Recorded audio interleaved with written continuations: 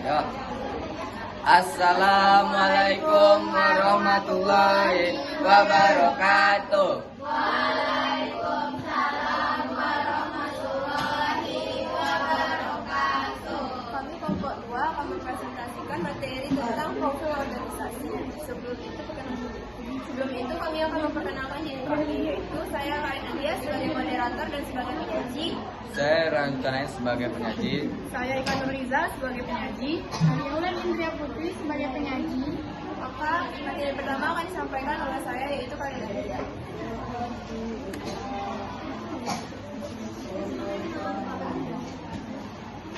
Pengertian profil organisasi. Profil organisasi berasal dari bahasa Inggris, yaitu company profile. Company memiliki arti yaitu perusahaan, organisasi atau maskapai.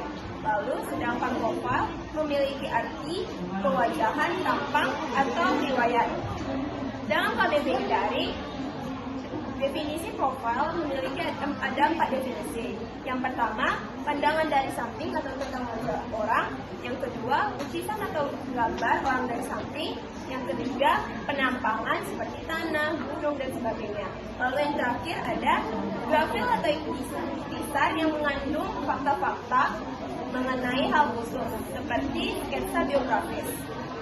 Jadi, company profile adalah alat media yang dapat digunakan untuk menjelaskan sesuatu tentang perusahaan seperti program produk, potensi investasi, proses investasi,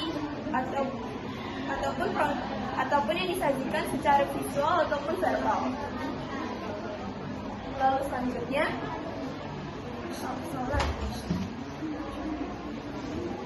isi profil organisasi. Yang pertama ada sebagai representasi dari organisasi. Yang kedua, sebagai alat pemasaran atau merek tertentu. Yang ketiga, sebagai pelengkap proposal atau penawaran. Yang keempat, sebagai materi pengenalan. Yang kelima, sebagai prasyarat meyakinkan investor ataupun kreditur. Yang keenam, sebagai prasyarat untuk mengikuti kegiatan tertentu seperti workshop, pameran, seminar, bursa, dan lain sebagainya. Lalu yang ketujuh, sebagai kelengkapan materi tender. Dan yang terakhir, sebagai materi publikasi.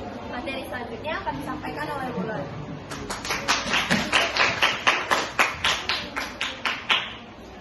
Baiklah, saya Indria Putri akan memaparkan materi selanjutnya, yaitu mengenai tentang tujuan penyusunan profil organisasi. Yaitu yang pertama, membuat pesan image atau akan suatu produk. Yang kedua, memberikan pengetahuan dan pengertian. Yang ketiga, menciptakan ketertarikan dalam suatu situasi. Yang keempat, menciptakan penerimaan. Selanjutnya, yaitu kriteria penyusunan profil organisasi. Yang pertama, jelas dan akurat. Profil organisasi harus menampilkan informasi yang jelas sehingga tidak membingungkan kalian dan saran. Yang kedua, mudah dipahami. Meskipun profil organisasi dibuat untuk sasaran yang berbeda, tetapi informasi yang diberikan tetaplah harus mudah dipahami, disesuaikan dengan sasaran. Yang ketiga,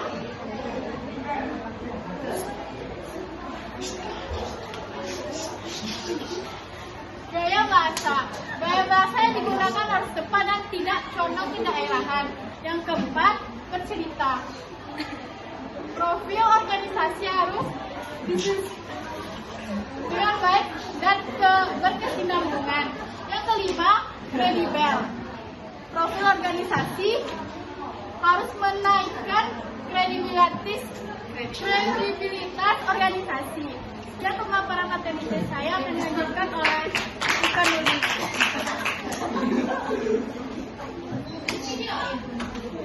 Baik, saya Ikan Nuriza akan menjelaskan tentang sistematika dan isi profil organisasi. Untuk menyusun sebuah profil organisasi harus diketahui untuk siapa profil organisasi ini dibuat atau sasaran dari profil yang dibuat. Profil organisasi pada umumnya isi dari profil organisasi terdiri dari 1. Nama dan logo perusahaan. Yang kedua, sejarah berdirinya perusahaan. Yang ketiga, visi dan misi perusahaan. Yang keempat, struktur organisasi. Dan yang kelima adalah kegiatan dan kinerja perusahaan. Berikut adalah penjelasannya. Yang pertama adalah nama dan logo perusahaan. Nama dan logo perusahaan merupakan hal yang penting yang harus ada dalam struktur organisasi, karena inilah yang menjadi identitas dari sebuah perusahaan. Logo perusahaan dapat mewakili visi dan misi, prinsip bisnis atau image produk yang dibuat oleh perusahaan. Yang kedua adalah sejarah berdirinya perusahaan. Dengan menyertakan sejarah singkat berdirinya perusahaan, berguna untuk memberikan gambaran kepada pihak lain apa landasan dan alasan perusahaan berdiri, mengetahui nama-nama pendiri organisasi, dan mengetahui perjalanan singkat perusahaan sejak mulai dibentuk hingga saat ini. Yang ketiga adalah visi dan misi perusahaan. Visi merupakan cita-cita yang ingin dicapai dalam waktu yang panjang, sedangkan misi merupakan langkah-langkah yang dilakukan untuk mencapai visi. Visi dan misi merupakan hal yang penting yang harus ada dalam profil organisasi, sebab akan mempengaruhi penilaian sasaran terhadap organisasi. Yang keempat adalah struktur organisasi.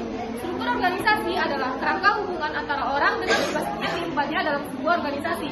Biasanya dibuat dalam bentuk gambar atau bagan.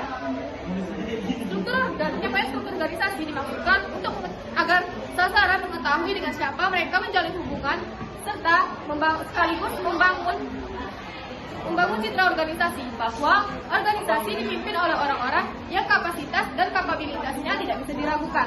Yang kelima adalah kegiatan dan kinerja perusahaan.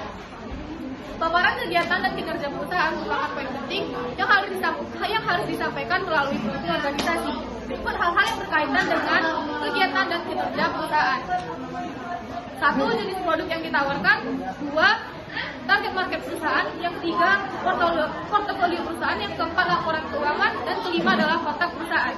Perlu diingatkan bahwa profil organisasi sifatnya terbuka untuk khalayak. Oleh karena itu tidak bisa menyampaikan organisasi yang sifatnya rahasia. Sampaikanlah informasi secukupnya minimal 1 tahun sekali agar dapat membantu untuk mengetahui kondisi terkini organisasi. Sekian dari saya yang dilanjutkan oleh Raihan.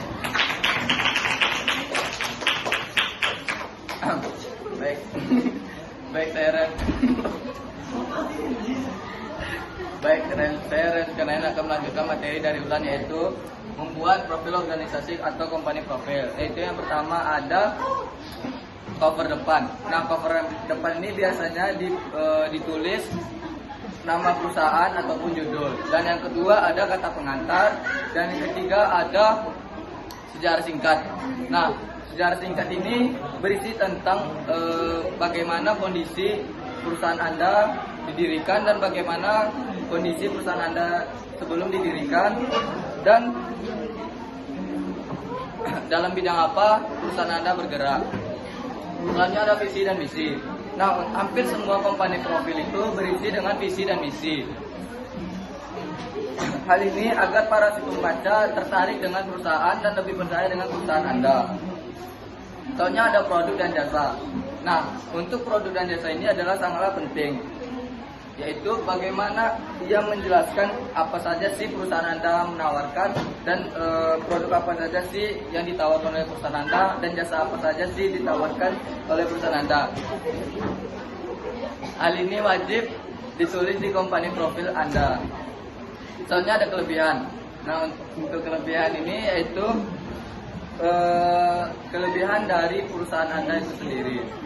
Selanjutnya ada pengalaman perusahaan. Nah, untuk pengalaman perusahaan ini yaitu pengalaman atau reputasi yang telah diraih oleh perusahaan sendiri dan membuat para si pembaca lebih tertarik dengan perusahaan Anda.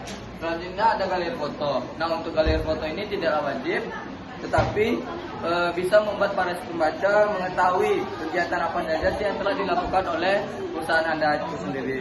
Selanjutnya ada daftar klien. Nah, daftar klien ini juga tidak wajib, akan tetapi fungsinya sangatlah penting. Halaman klien ini berguna untuk menarik perhatian para pembaca ataupun calon klien. Jika perusahaan Anda banyak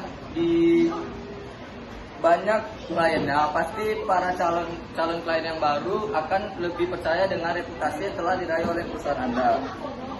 Nah, untuk halaman klien ini biasanya ditulis berupa daftar nama klien, bisa juga logo klien itu sendiri dan nama perusahaan klien. Contohnya ada cover belakang. Nah, untuk cover belakang ini wajib dipasang informasi kontak. Contohnya seperti alamat, nomor telepon, fax email, dan lain-lainnya. Dan selanjutnya ada halaman lain. Untuk halaman lain di company profile biasanya itu struktur organisasi, perlengkapan dan peralatan, scan dokumen, ataupun legalitas. Sekian materi dari saya serahkan kepada moderator.